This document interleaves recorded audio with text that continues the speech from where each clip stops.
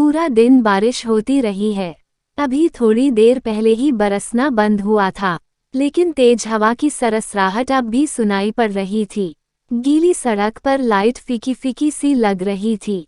सुषमा बंद खिड़की के सामने खोई खोड़ खड़ी थी और शीशे से बाहर देखते हुए राहुल के बारे में सोच रही थी। पता नहीं वह इस मौसम में कहाँ है। बड़ा खामोश, बड़ा दिलकश माहौल था। एक ताजगी थी मौसम में, लेकिन मौसम की सारी सुंदरता, आसपास की सारी रंगीनियां दिल के मौसम से बंधी होती हैं और उस समय सुषमा के दिल का मौसम ठीक नहीं था। विशाल टीवी पर कभी गाने सुन रहा था तो कभी न्यूज। वह आराम के मूड में था, छुट्टी थी, निश्चिंत था। उसने आवाज दी, सुषमा, क्या सोच रही हो खड़े खड़े?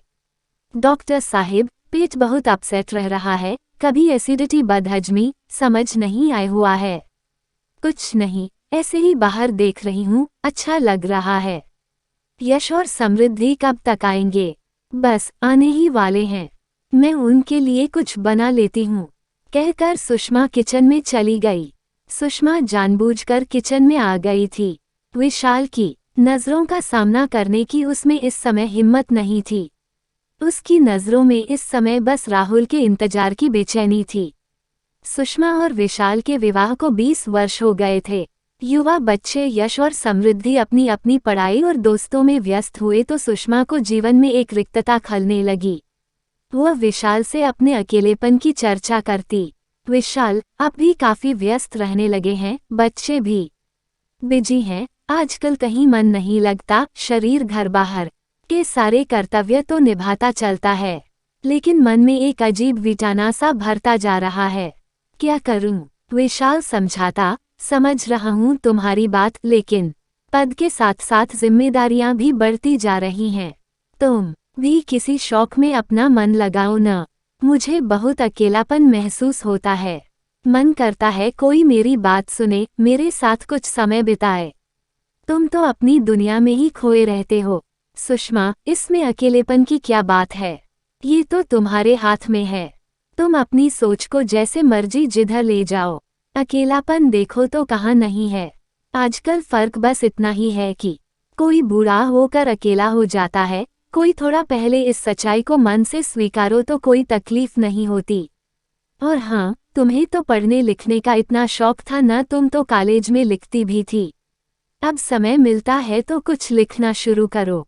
मगर सुषमा को अपने अकेलेपन से इतनी आसानी से मुक्त होना मुश्किल लगता।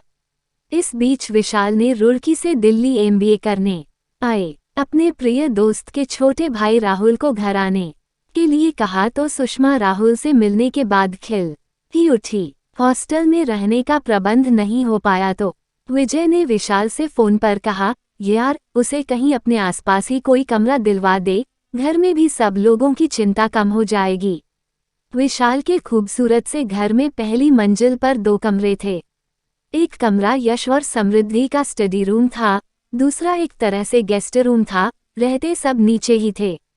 जब कुछ समझ नहीं आया तो विशाल ने सुषमा से विचार विमर्श किया, क्यों न राहुल को ऊपर का कमरा दे दें, अकेला ही तो है, दिन भर तो कॉलेज में ही रहेगा। को अपना विचार बताया और कहा, घर की ही बात है, खाना भी यहीं खा लिया करेगा, यहीं आराम से रह लेगा। विजय ने आभार व्यक्त करते हुए कहा, ठीक है, उसे पेइंग गेस्ट की तरह रख ले। विशाल हंसा, क्या बात कर रहा है, जैसे तेरा भाई वैसे मेरा भाई। राहुल अपना बैग ले आया, अपने हंसमुख स्वभाव से जल्दी सबसे हिलमिल गया। सुषमा को अपनी बातों से इतना हंसाता कि सुषमा तो जैसे फिर से जी उठी। नियमित व्यायाम और संतुलित खानपान के कारण सुषमा संतुलित देहयष्टि की स्वामिनी थी। राहुल उससे कहता, कौन कहेगा आप यश और समृद्धि की माँ हैं, बड़ी बहन लगती हैं उनकी। राहुल सुषमा के बनाए खाने की, उसके स्वभाव की, उसकी सुंदरता की दिल खोलकर तारीफ करता और सुषमा अपनी उम्र के 40वें साल में एक नवयुवक से अपनी प्रशंसा सुनकर जैसे नए उत्साह से भर गई। कई दिनों से विशाल अपने पद की बढ़ती जिम्मेदारियों में व्यस्त होता चला गया था। अब तो बस नाश्ते के समय विशाल हाँ करता हुआ जल्दी जल्दी पेपर पर नजर डालता और जाने के लिए बैग उठाता और चला जाता। रात को आता तो कभी न्यूज, कभी लैपटॉप तो कभी फोन पर व्यस्त रहता। सुषमा उसके आगे पीछे घूमती रहती, इंतजार करती रहती कि कब विशाल कुछ रिलैक्स होकर उसकी बात सुनेगा। वह अपने मन की कई बातें उसके साथ बांटना चाहती, लेकिन सुषमा को लगता विशाल की जिम्मेदारियों का सिलसिला थमने का नाम ही नहीं ले रहा है। उसे लगता एक चतुर अधिकारी के मुखौटे के पीछे उसका प्रियतम कहीं छिप सा गया है। बच्चों का अपना रूटीन था। वे घर में होते तो भी अपने मोबाइल पर या टीवी में लगे रहते, या फिर पढ़ाई में। वह बच्चों से बात करना भी चाहती तो अक्सर दोनों बच्चों का ध्यान अपने फोन पर रहता। सुषमा उपेक्षित सी उठकर अपने काम में लग जाती, और अब अकेले में वह राहुल के संदर्भ में सोचने लगी। लेकिन कौन, कब, बिना कारण, बिना चेतावनी दिए इंसान के भीतर जगह पा जाता है, इसका आभास उस घटना के बाद ही होता है। सुषमा के साथ भी ऐसा ही हुआ। राहुल आया तो दिन ब दिन विशाल और बच्चों की बढ़ती व्यस्तता से मन के एक खाली कोने के भरे जाने की सी अनुभूति होने लगी। विशाल टूर पर रहता तो राहुल कॉलेज से आते ही कहता, भैया गए हुए हैं, आप बोर हो रही होंगी, आप चाहें तो बाहर घूमने चल सकते हैं, यश और समृद्धि को भी ले चलिए। सुषमा कहती, वे तो कोचिंग क्लास में हैं, देर से आएंगे, चलो हम दोनों ही चलते हैं, मैं गाड़ी निकालती हूँ। दोनों जाते, घूम फिर कर खाना खाकर ही आते। सुषमा राहुल को अपना पस कहीं निकालने नहीं देती। राहुल उसके जीवन में एक ताज़ा हवा का झोंका बनकर आया था। दोनों की दोस्ती का दायरा बढ़ता गया। वह अकेलेपन की खाई से निकलकर नई दोस्ती की अनुभूति के सागर में गोते लगाने लगी। अपनी उम्र को भूलकर किशोरियों की तरह दोगुने उत्साह से हर काम करने लगी। राहुल की हर बात, हर अदा उसे अच्छी लगती। कई दिनों से अकेलेपन के एहसास से चाहे अनचाहे अपने भीतर का खाली कोना गहराई से महसूस करती आ रही थी। अब उस जगह को राहुल के साथ ने भर दिया था। कोई भी काम करती, राहुल का ध्यान आता रहता, उसका इंतजार रहता। वह लाख दिल को समझाती कि अब किसी और का ख्याल गुनाह है, लेकिन दिल क्या बातें समझ लेता है। नहीं, ये तो सिर्फ अपनी ही जबान समझता है, अपनी ही बोली जाता है। उसमें जो समझ आए वह जरा मुश्किल ही से निकलता है। अब तो न चाहते हुए भी विशाल के साथ अंतरंग पलों में भी वह राहुल की चहकती आवाज से झूमने लगती। मन का पूरे वेग से खींचना उसे तोड़ जाता। मन में उथल पुथल होने लगती। वह सोचती, यह बैठे बैठाए कौन सा रोग लगा बैठी। ये किशोरियों जैसी बेचैनी, हर आहट पर चौंकना। कभी वह शीशे के सामने खड़ी होकर अपनी मनोदशा पर खुद ही हंस पड़ती। अचानक एक दिन राहुल कॉलेज से मुंह लटकाए आया। सुषमा ने खाने के लिए पूछा तो उसने मना कर दिया। वह चुपचाप ड्राइंग रूम में ही गुमसुम बैठा रहा। सुषमा ने बार बार पूछा तो उसने बताया, आज कॉलेज में मेरा मोबाइल खो गया है। यहाँ आते समय विजय भैया ने इतना महंगा मोबाइल लेकर दिया था। भैया अब बहुत गुस्सा होंगे। सुषमा चुपचाप सुनती रही, कुछ बोली नहीं। लेकिन अगले ही दिन उसने अपनी जमा पूंजी से 15,000 निकालकर राहुल के हाथ पर जबरदस्ती रख दिए। राहुल मना करने लगा, लेकिन सुषमा के जोर देने पर रुपए रख लिए। कुछ महीने और बीत गए। विशाल भी फुर्सत मिलते ही राहुल के हालचाल पूछता। वैसे उसके पास समय ही नहीं रहता था। सुषमा पर घर गृहस्थी पूरी तरह से सौंपकर अपने काम में लगा रहता था। सुषमा मन ही मन पूरी तरह राहुल की दोस्ती के रंग में डूबी हुई थी। पहले उसे विशाल में एक दोस्त नजर आता था, अब उसे विशाल में एक दोस्त की झलक भी नहीं दिखती। यह क्या उसी की गलती थी? विशाल को अब उसकी कोमल भावनाएं छूकर भी नहीं जाती थीं। राहुल में उसे एक दोस्त नजर आता है। वह उसकी बातों में रुचि लेता है, उसके शौक ध्यान में रखता है, उसकी पसंद नापसंद पर चर्चा करता है।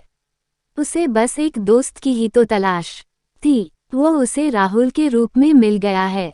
उसे और कुछ नहीं चाहिए। एक दिन विशाल टूर पर था। यश और समृद्धि किसी बर्थडे पार्टी में गए थे। अंधेरा हो चला था। राहुल भी अभी तक नहीं आया था। सुषमा लॉन में टहल रही थी। राहुल आया, नीचे सिर किए हुए मुंह लटकाए ऊपर अपने कमरे में चला गया। सुषमा को देखकर भी रुका नहीं तो सुषमा को उसकी फिक्र हुई। वो उसके पीछे पीछे ऊपर गई। जब से राहुल आया था वह कभी उसके रूम में नहीं जाती थी। मेड ही सुबह सफाई कर आती थी। उसने जाकर देखा राहुल आंखों पर हाथ रख कर लेटा है। सुषमा ने पूछा, क्या हो गया, तबीयत तो ठीक है? राहुल उठकर बैठ गया। फिर धीमे स्वर में बोला, मैं ठीक हूँ। तो रोनी सूरत क्यों बनाई हुई है? भैया ने बाइक के पैसे भेजे थे, मेरे दोस्त उमेश की बहन की शादी है, उसे जरूरत पड़ी तो मैंने उसे सारे रुपए दे दिए। अब भैया बाइक के बारे में पूछेंगे तो क्या कहूँगा, कुछ समझ नहीं आ रहा है। वही उमेश याद है ना आपको? यहाँ एक बार आया था और मैंने उसे आपसे भी मिलवाया था। हाँ याद आया। सुषमा को वह लड़का याद आ गया जो उसे पहली नज़र में ही कुछ जंचा नहीं था। बोली, अब क्या करोगे? क्या कर सकता हूँ? भैया को तो यही लगेगा कि मैं यहाँ आवारागर्दी कर रहा हूँ, वे तो यही कहेंगे कि सब छोड़कर वापस आ जाओ, यहीं पढ़ो। राहुल के जाने का ख्याल ही सुषमा को सिहरा गया। फिर वही अकेलापन होगा, वही बोरियत, अतः बोली, मैं तुम्हें रुपए दे दूंगी। अरे नहीं नहीं, यह कोई छोटी रकम नहीं है। कोई बात नहीं, मेरे पास बच्चों की कोचिंग की फीस रखी है, मैं तुम्हें दे दूंगी, लेकिन मैं ये रुपए आपको जल्दी लौटा दूंगा। हाँ ठीक है, मुझसे कल रुपए ले लेना, अब नीचे आकर खाना खा लो। सुषमा नीचे आ गई, अपनी अलमारी खोली, सामने ही रुपए रखे थे। सोचा अभी राहुल को दे देती हूँ, उसे ज्यादा जरूरत है इस समय, बेचारा कितना दुखी हो रहा है। अभी जाकर पकड़ा देती हूँ, खुश हो जाएगा। वो रुपए लेकर वापस ऊपर गई। राहुल के कमरे के दरवाजे के बाहर ही उसके कदम ठिठक गए। वह फोन पर किसी से धीरे धीरे बात कर रहा था।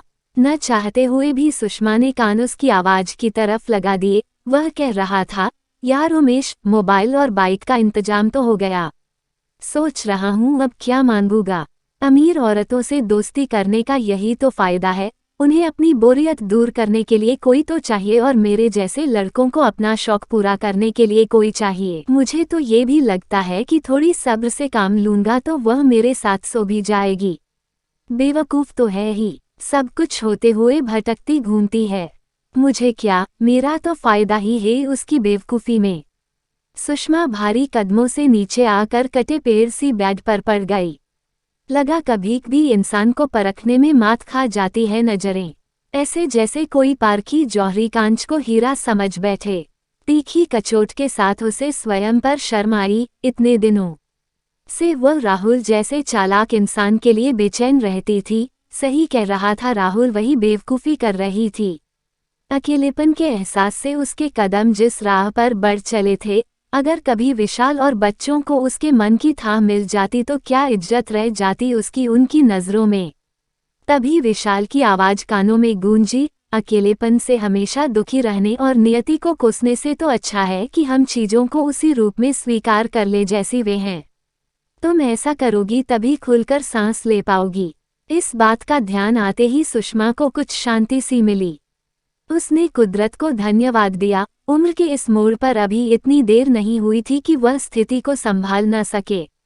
वो कल ही राहुल को यहाँ से जाने के लिए कह देगी और यह भी बता देगी वो इतनी बेवकूफ़ नहीं कि अपने पति की कमाई दूसरों की भावनाओं से खेलने वाले लड़के पर लुटा दे। वो अपने जीवन की पुस्तक के इस दुखांत अध्याय को सदा के लिए बंद कर रही है ताकि वह अपने जीवन की नई शुरुआत कर सके। कुछ सार्थक करते हुए जीवन का शुभारंभ करने का प्रयत्न तो वह कर ही सकती है।